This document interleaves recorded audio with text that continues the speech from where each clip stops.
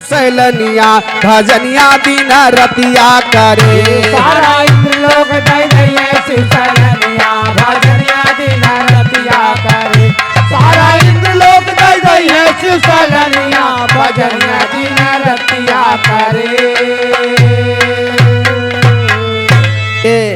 यहाँ दोनों प्राणी भक्ति में लगे हैं। इंद्र भगवान सोचाता है कि दोनों प्राणी भगवान भोलेनाथ को खुश करे लगा है। ऐसा न हो भगवान भोलेनाथ खुश हो के तीनों लोक न दे दिए तो इनका आपन गद्दी संभारे का सबसे बड़ा ख्याल रहा था। तीनों लोक में इंद्रपुरी आवत बा। ऐसा न हो कि हमारे इंद्रपुरी न चली जाए। ये भैया पहले से जुगाड़ इंद्र भगवान लगावे लगे कि आज के बाद मैं इन्हें पूजा नहीं करने दूंगा।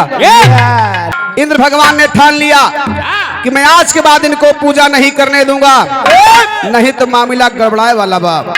अब देखा इंद्र भगवान करत है का तो क्रोधित होई के इंद्र पानी लगातार बरसाए ना।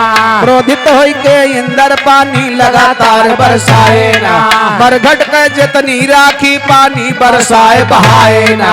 होर होत भी लनिया अपने प्रीतम से कहलाए ना। चला पिया राखी लाई नाही दियरी होई जाए।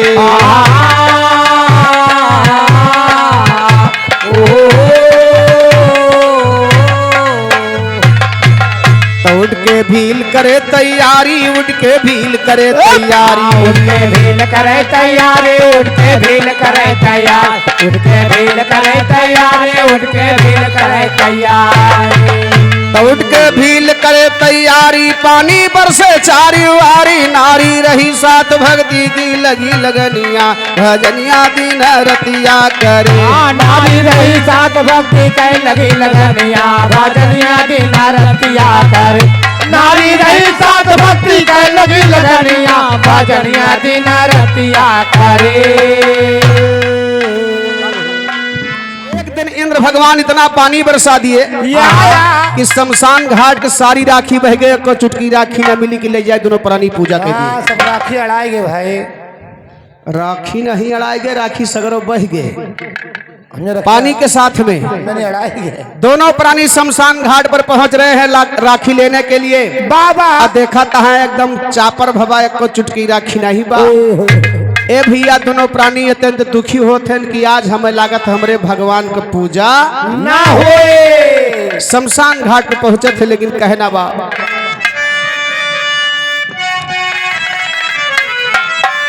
अरे मसनवा चला, ओ मसनवा चला, अभिलवा लई साथे जननवा मसनवा चला। भिलवा लई साथे जननवा मसनवा चला। भिलवा लई साथे जननवा मसनवा। मसनवा चला, हो मसनवा चला। भिलवा लई साथे जननवा मसनवा चला।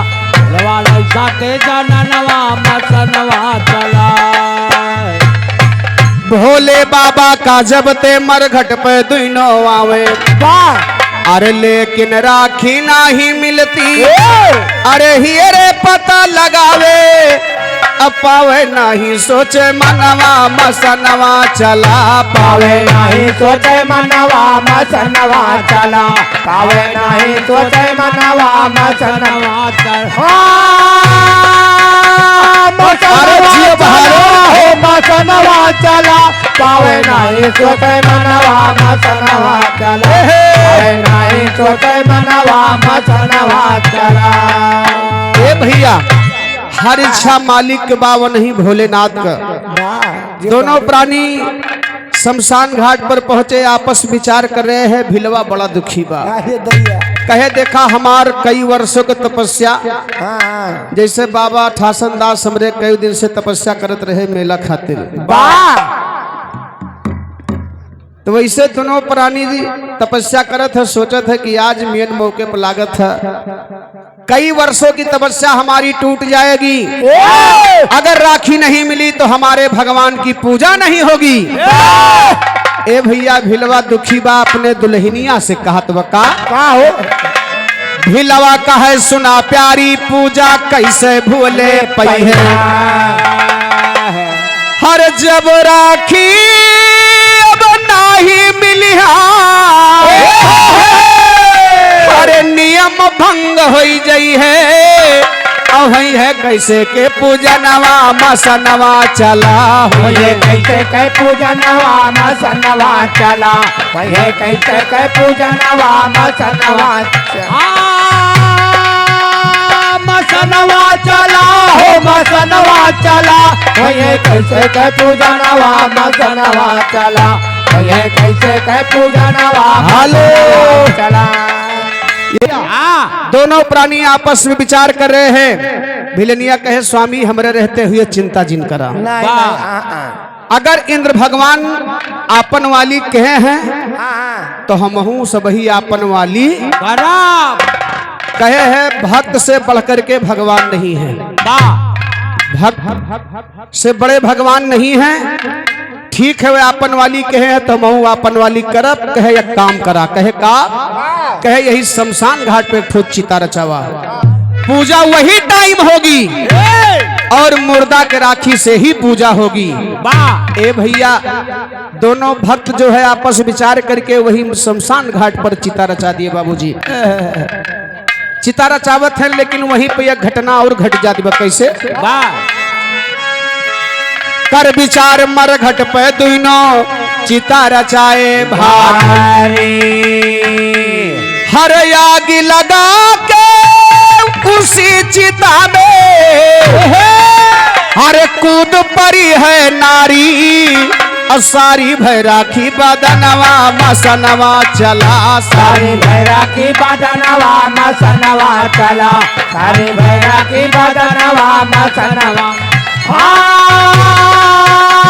मसनवा चला हो मसनवा चला भैराखी बदनवा मसनवा चला। हेलो चिता रचाए भिलनिया भैया आग लगाए के वही चितम जल गए। अरे राम राम राम। और भिलवा से कही दे आज यही राखी ले जाए के भगवान को पूजा कह दे बाकी आगे शंकर जी जाने भोलेनाथ कहना कैसे आपन प्राण वैदी गवाई भसम चिता माँ हो अरे भिलवा राखी लाग बटोरे अरे गठरी लिया बनई के और लइके पहुंचा से सामनवा मसनवा चला लेके पहुंचा से सामनवा मसनवा चला लइके पहुंचा से सामनवा मसनवा मसनवा चला हो मसनवा चला लइके पहुंचा से सामनवा मसनवा चला लइके पहुंचा से सामनवा मसनवा चला। ए भैया वही भिलनिया के राखी ले जाए के भगवान का पूजा करत बा। बाबूजी भगवान भोलेनाथ अत्यंत प्रसन्न हो गए। भगवान भोलेनाथ ने कहा कि वाह रे भक्ति। ए भैया भगवान भोलेनाथ वही भिलनिया का राखी ले है और कहे कि ऐसी भक्ति हमने नहीं देखा जो अपना प्राण गंवा करके मेरी पूजा करने के लिए मेरा भक्त आया है। अकेला भिलवा रहेगा तो तड़प तड़प के मर जाएगा। भगवान भोलेनाथ का किए खुश हो करके भोलेनाथ भिलनी का दिए जियाए अरे कहा मांग वरदान जय इच्छा अरे हमसे दिया बताई अब भाई भक्ति हमारे मनवा मसनवा चला भाई भक्ति हमारे मनवा मसनवा चला भाई भक्ति हमारे मनवा मसनवा। ए भैया भगवान भोलेनाथ खुश हो गए। भिलनिया फिर से जिंदा कहे एक वरदान हमसे कोनो मांगा। भिलनिया कहे स्वामी हमका कुछ चाहिए ना खाली एक काम कह दिया जीवन में जिंदगी भर के लिए का कहे भिलनिया है स्वामी पतिव्रता धर्म न छूटे अरे लाख जन्म जन्मी हमार अरे जोड़ी कबो न फूटे छूटे ना हमारे सजनवा मसनवा चला छूटे ना हमारे सजनवा मसनवा चला छूटे ना हमारे सजनवा मसनवा जियो राजा मसनवा चला हो मसनवा चला छूटे ना हमारे सजनवा मसनवा चला। हेलो ए भैया यार भगवान भोलेनाथ से भिलनिया जन्मों जन्म का रिश्ता मांगती बा वाह कि चाहे जय जन्म हो हमार पति के रूप में यही हमका पति मिले, दूसर मन से धो न मिले। वाह भैया नहीं छोट बड़ा ठार है। छोट बड़ा का भाई अरे केहू 4 फुट केहू 5 फुट केहू 6 फुट केहू हमारे तो ही नहीं नाटा नाटा हुए मान लियो ये बात करता हूँ। अरे यार 5 फुट 6 फुट की बात नहीं, बात दोनों प्राणी की मोहब्बत की बात है। एक दूसरे से बिछड़ करके नहीं रहना चाहते थे, इसलिए जन्मों जन्म का रिश्ता मांग रहे हैं। बाबा भगवान भोलेनाथ ने कहा कि जाओ अगले जन्म में भी तुम दोनों लोग साथ में रहोगे। अगला जन्म पावथन केकर जन्म पावथन कैसे भैया? कैसे दिए शंभु वरदान भील भैले यत्री मुनि रैया, अरे ऊ है भिलनिया यत्री मुनि के, अरे भाई नारियन सुइया, अब भैया गुड़गावे जहनवा मसनवा चला, भैया गुड़गावे जहनवा मसनवा चला, भैया गुड़गावे जहनवा मसनवा मसनवा चला हो मसनवा चला, भैया गुड़गावे जहनवा। अरे जिया जिया भैया गुड़गावे जहनवा मसनवा चला। ए भैया दोनों प्राणी अत्रि और अनसुईया के भेष में बाबूजी फिर अपना जीवन व्यतीत कर रहे हैं। लेकिन वह समय शंकर भगवान विष्णु भगवान का करते हैं का कि ब्रह्मा विष्णु शंकर पहुँचे वन के सत्य थावे, अरे बालक बनली गोदिया में, अरे पलना मनी झुलावे, गावे राम धीर सायनवा मसनवा चला, गावे राम धीर सायनवा मसनवा चला, गावे राम धीर सायनवा मसनवा। हाँ मसनवा चला ओ मसनवा चला, गावे राम धीर सायनवा मसनवा चला, गावे राम धीर सायनवा मसनवा चला। तो सत से नाम अमर हो जाता, जो कुछ लिखा वेद में गाता, माता अनसुईया की बोलो जय जयकार।